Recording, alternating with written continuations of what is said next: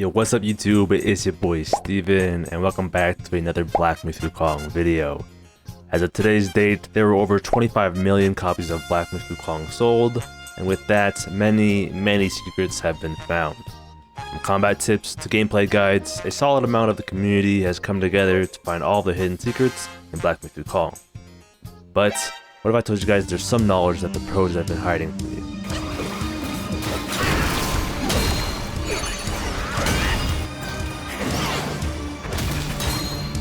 What if I told you there's a side of this game that you've never seen before? He does have like infinite mana, but so you have to hit the immobilize in the mid-air as you're flying with the Erlang spear? In today's video, I bring to you Black Myth Wukong secrets that the pros have been hiding from you. Firstly, this video was inspired by the pros that I have been blessed to witness while exploring the deep end of Black Myth Wukong combat. Their channels will be up on the screen for you to show support. These guys are either Chinese players and thus not even found on YouTube, or just have lower subscribers than they should. So, show these guys some support, check out their videos, and sub up. Anyways, we'll be diving into pro tricks, starting with some of the more basic ones that many people just may tend to forget, myself included. Then, I'll be going up to some of the more secret tricks that took thousands of hours to find. If you guys are liking the videos, make sure you like, comment, subscribe. It really helps me out. We're trying to get the 5K subs. We almost there, guys. We almost there. Just like up, subscribe, and yeah, guys, let's get right to it. Now, the first tip I have is closing space with the thrust stance and the jump attack. In this game, pro players always keep their combos going.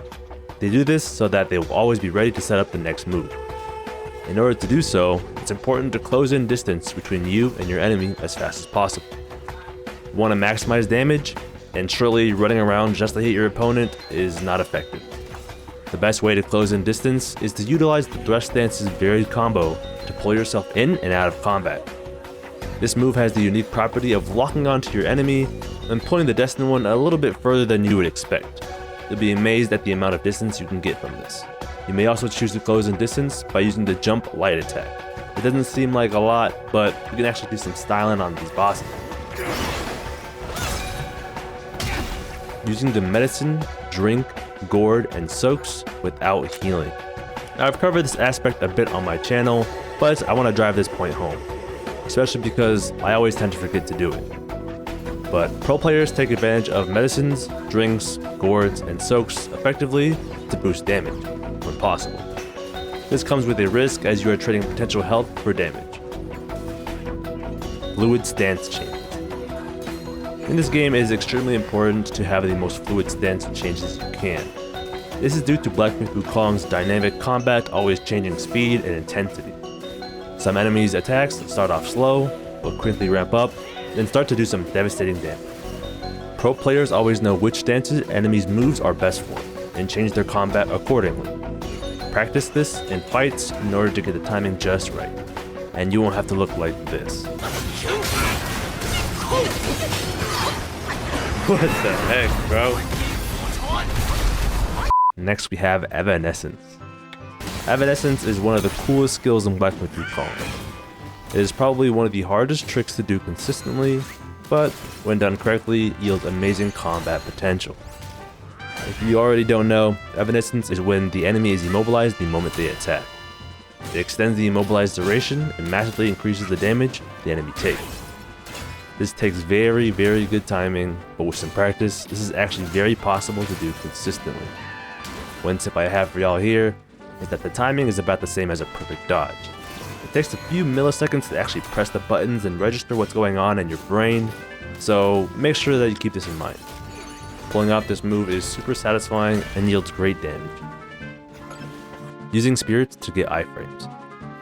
If you didn't know, transformations and spirits actually give you iframes on startup. This is essentially a built-in dodge or parry that allows you to dodge moves but also throw a quick jab in there with your spirit or transformation. Be careful with this little trick because although you may get iframes on the transformation, you may still get hit during or after your animation, so make sure you're timing this correctly. Next we have the pillar stance iframes. Another one of the hardest moves to pull off in the game, we have the Pillar Stance Sweeping Gale iframes. If you time this perfectly with the Destined one hits the staff to the ground, you can actually gain iframes and dodge moves to then pull off a devastating finisher. This one is even harder to time than Evanescence, so you're gonna need some practice with this one. Now we move on to some of the harder stuff to do in this game. First one we will be going over is the jump dodge. Nani? If you guys didn't know, you can actually jump dodge animation cancel in Black Myth: Wukong, but you will need a keyboard and a controller. I believe this is possible on both PC and console if your console supports keyboards. You can do the jump dodge by pressing the dodge button on your keyboard and at the same time press the jump button on your controller. This is extremely hard to do and must be practiced a lot before you can pull off this consistently. This one is more muscle memory than anything, so try this every now and then until you can pull this off consistently. Now you guys might ask, what is really the purpose of jump dodging? And it leads to way more insane combat potential. You can actually light attack, kick in the air, cancel the light attack with a staff spin, charge up a heavy move, spirit animation cancel into a devastating combo. It is some of the craziest stuff that you will see in this game, and the jump dodge is the start of everything. Next we have animation canceling. Very few people know this, but there are a few ways you can actually cancel your heavy attack. This cuts off the annoying and quite slow charge up of your heavy attacks, and pulls them off instantly. There are a few ways we can do this. There is the dodge heavy cancel. We can do this by charging up our heavy move. Immediately after, we can dodge. After dodging, spam your heavy attack and your character will pull off your heavy attack. Now the second way of animation canceling your heavy attack is much harder, but yields better results. You can press your heavy attack and a few milliseconds after, hit the spirit spell. And spam your heavy attack and you will cancel your heavy attack and pull off your attack finisher. Now, unlike the dodge cancel, this works with both your heavy attack and your varied combos. This move is extremely hard to do and will take some time to master. If you guys are interested, I actually have the macros for all of the difficult moves I just talked about. So if you guys want to see me drop a macro video, let's get this video to 500 likes. 500 likes for this video. Next we have aerial combat. Now, this is some of the craziest stuff that you will see in Black Myth: Wukong, and not even I can do this.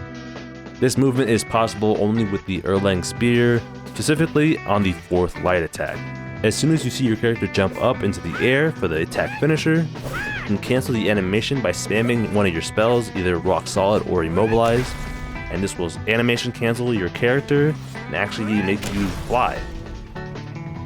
This takes an insane amount of practice, but if you want to achieve what only a few players have, give it a try. Like I said, not even I can do this, so if you can, shout out to you. This is some of the craziest stuff I've ever seen. Lastly, we have dying to the easiest boss in the game. Nah, I'm just playing, y'all. By this, I mean just playing the game for a very long time. This is the last tip I have for you guys, and it's really the only way you can actually achieve some of this crazy combat.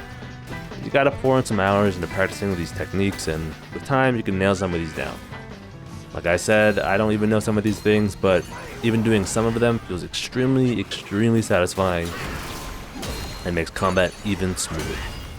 Take advantage of the game's Return of Rivals and Gauntlet of Legends in order to practice enemies' moves and animation cancel.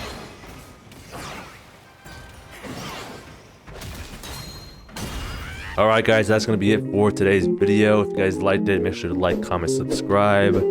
Join me here on the channel for the live streams. Right now I am doing a Black Myth: Wukong, but a sped up challenge. If you guys want to see that, I live stream on my channel Monday, Wednesday, Friday when I can, so check it out. Alright guys, that's going to be it for this video. Let me know what you guys want to see in the comments below. And until next one, peace.